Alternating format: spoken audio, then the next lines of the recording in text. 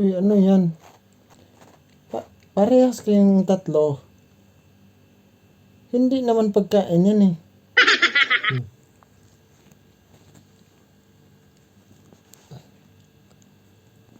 Hindi yan karne ano, bebe. Hindi yan wet foods. Uy, hindi yan wet foods, bebe. Hindi yan wet foods. Timang. Hindi yan wet foods, ah. Sinisira mo yung imahe ko, ah.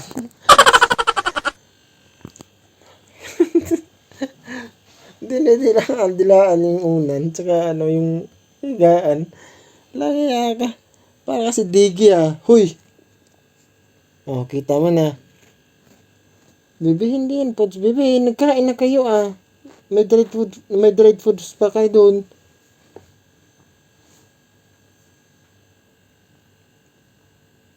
Nakakahiya ka bilang isang Pilipino, ah.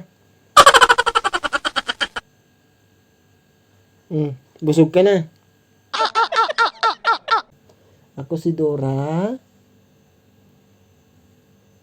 Manghihingi ng... Hindi! Ganito ginagawa ko pag walang ginagawa. Nagkakaroon kami ng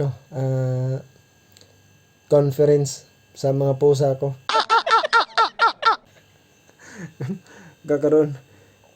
Nagkakaroon kami araw-araw ng conference meeting ng mga pusa ko pag-araw. Kasi wala mang ginagawa eh. Guys, trivia pala. Alam mo ba na na ang pusa, tuwing lumalabas ka sa kwarto mo o sa bahay nyo, ang iniisip nila nang hahanting ka. Kasi yun yung survival instinct nila para makapag-provide ng pagkain. So, every time na lalabas ka sa bahay mo, yun yung iniisip nila. Kaya kung napapansin nyo guys, mapapansin mo yan minsan na magmamyok-myok yan siya.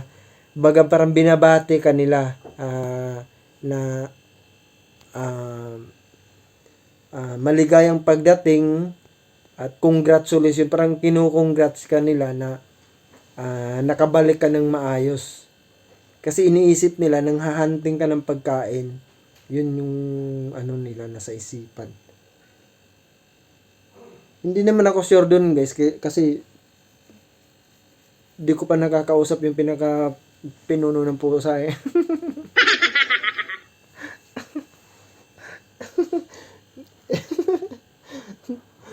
Pero ganun yun.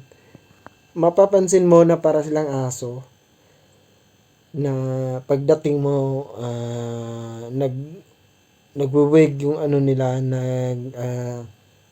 bibig yung buntot nila, yung aso parang ganun. Ito naman sila nagmamyok-myok. Parang wini-welcome back ka nila. Kasi yung iniisip nila na pag tuwing lumalabas ka sa kwarto mo, naghahunt ka ng pagkain para sa'yo at para sa kanila. Ganun yun. So, yun lang yung kwento ko. Kahit wala kwenta guys, so yun lang yung kwento ko.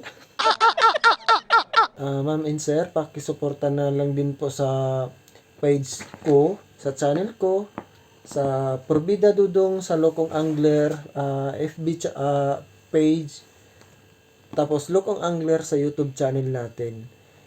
Kung bibigyan tayo ng pagkakataon, nakikita tayo ng pera, mas marami tayong matutulungang mga stray cats or stray dogs. Yun yung pangarap ko talaga, na paglalawak yung page ko at kikita ako, hindi tayo titigil na tutulong tayo sa mga animals na nasa paligid natin, which is nakakaawa kasi pag nakikita natin silang umaakyat sa mga bin, sa mga marurumi, naghahanap ng maruruming pagkain para maibsan yung gutom na nararamdaman nila. Kawawa yan sila guys, para din kasing tao mga yun.